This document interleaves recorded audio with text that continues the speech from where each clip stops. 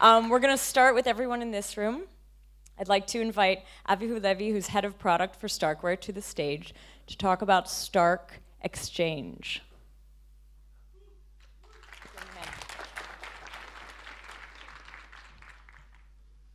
Hello, everyone.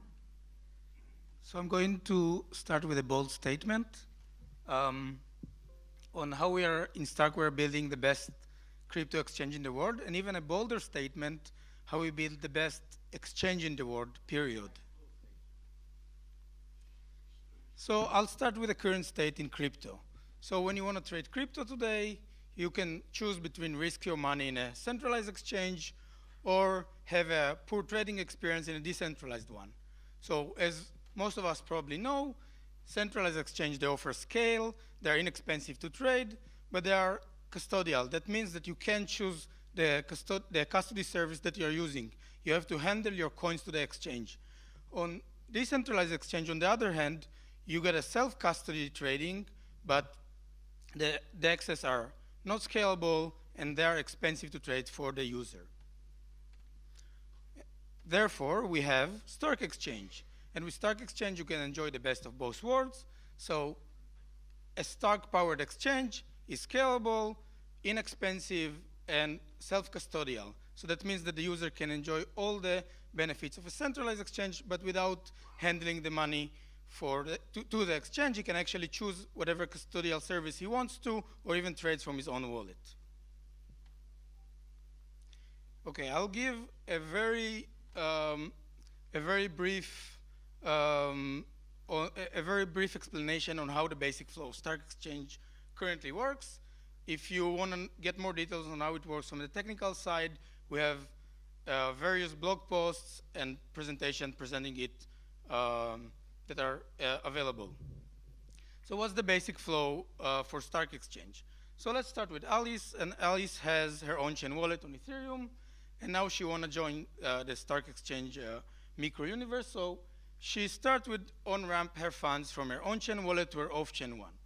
Once she did that, she can trade with everyone else that already have an off-chain wallet. So for example, she can trade with Bob. This trade will be joined to many other trades, and together they form a batch of trades.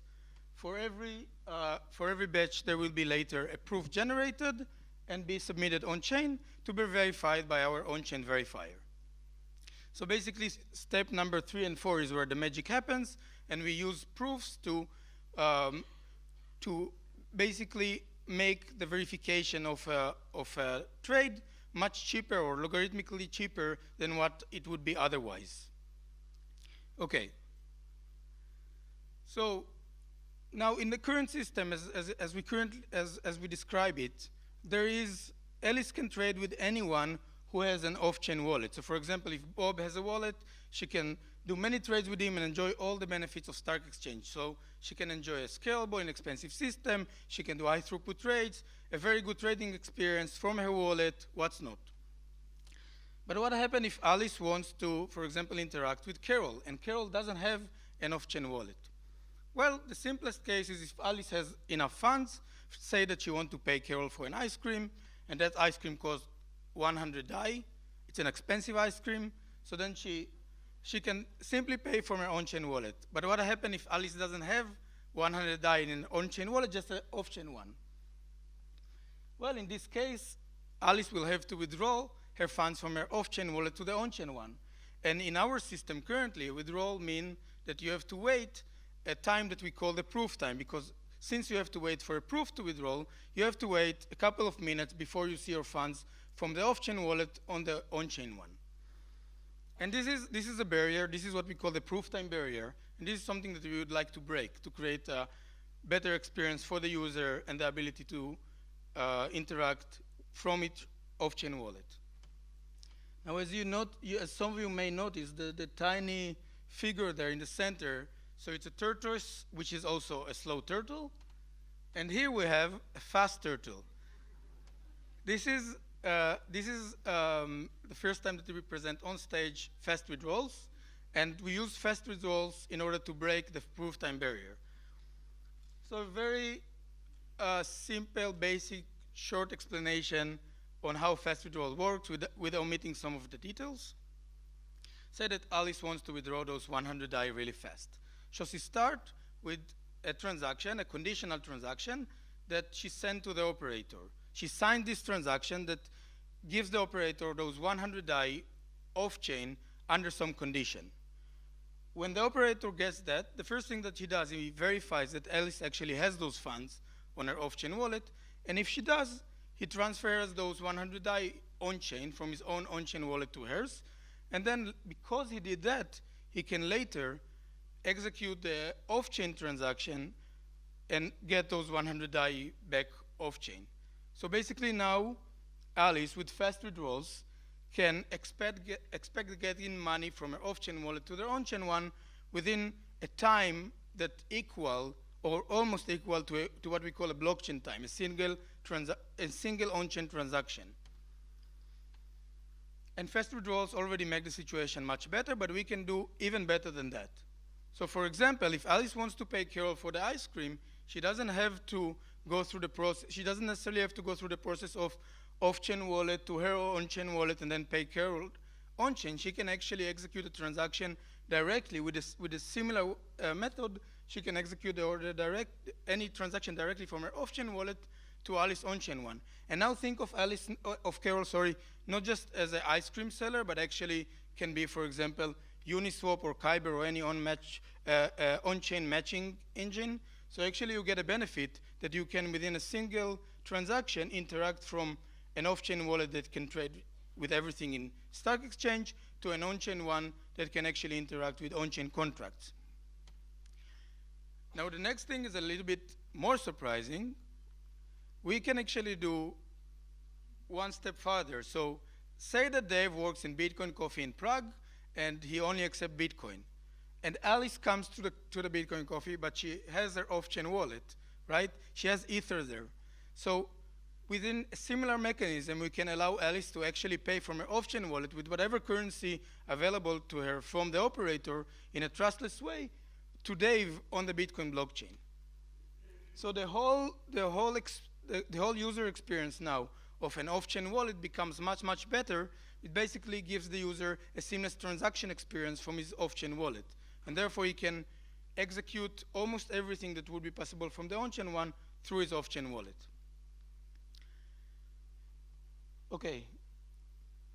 So this is, I'm going to now start with a recap of what we've seen so far. So we started with StarkExchange as an engine for exchanges that can provide the scalability, inexpensive trades, and self-custody for every exchange. Will it be a centralized or decentralized one? Now, we start with trading as the only feature that we provide there. The next thing that we added now is seamless transaction experience. So from now on, you not only enjoy the scale of StarkExchange, you also enjoy the fact that your off-chain wallet can basically interact almost the same as an on-chain one. So you get that. And then we can build more abilities on top of that. So the easiest and simplest one that then one would expect, that if we have trades, actually to go to payments is not farther down, it's not too far down the road, and we can actually implement that. And this is something that I won't go into in this presentation. We can not only do payments as in slow payments, we can actually do instant payment at the same speed that you know from Lightning, for example, and still would be trustless ones. So we have payments and we have instant payments, and then we can add on top of that all different kind, whatever you can think of that is financial tools. For example, margin trading today in many exchanges is a hot potato, so we can add that as well. Now, if you stop here and you take a look on what we have so far, so what we have here is I would say the state of the art of crypto exchange, and actually we get to the point where we are in pair with traditional exchanges, because the same as in traditional exchanges, you can choose your custodial service. You can do it also here. You get scale. It's not expensive to trade. The wallet experience is pretty good, and you have different financial tools. But we can actually go one step further, right? Because, well, we can do with, as some of you may if you happen to be on the application track and you heard some of the talks there, so actually using Starks, we can also do front-running prevention. Now, I won't go too much into details of how this works, but just to point out that what I've been talking so far comes from proving on stuff on the settlement layer, but we can actually go also into the matching layer and, for example, do fair matching.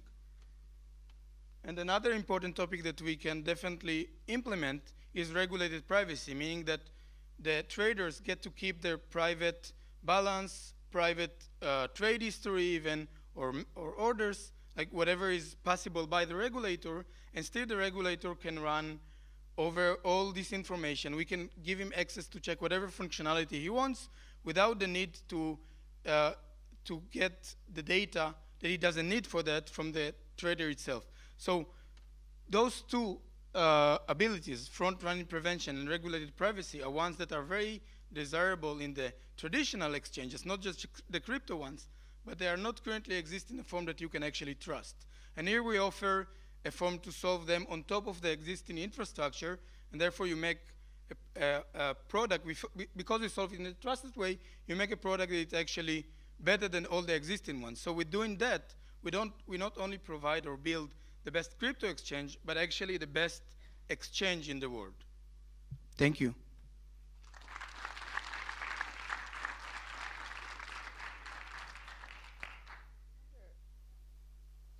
Should we do any questions? I don't know if there are any questions here. Oh, there are. Okay. Why don't you grab the mic over here? If there's any others, there's also a microphone over there.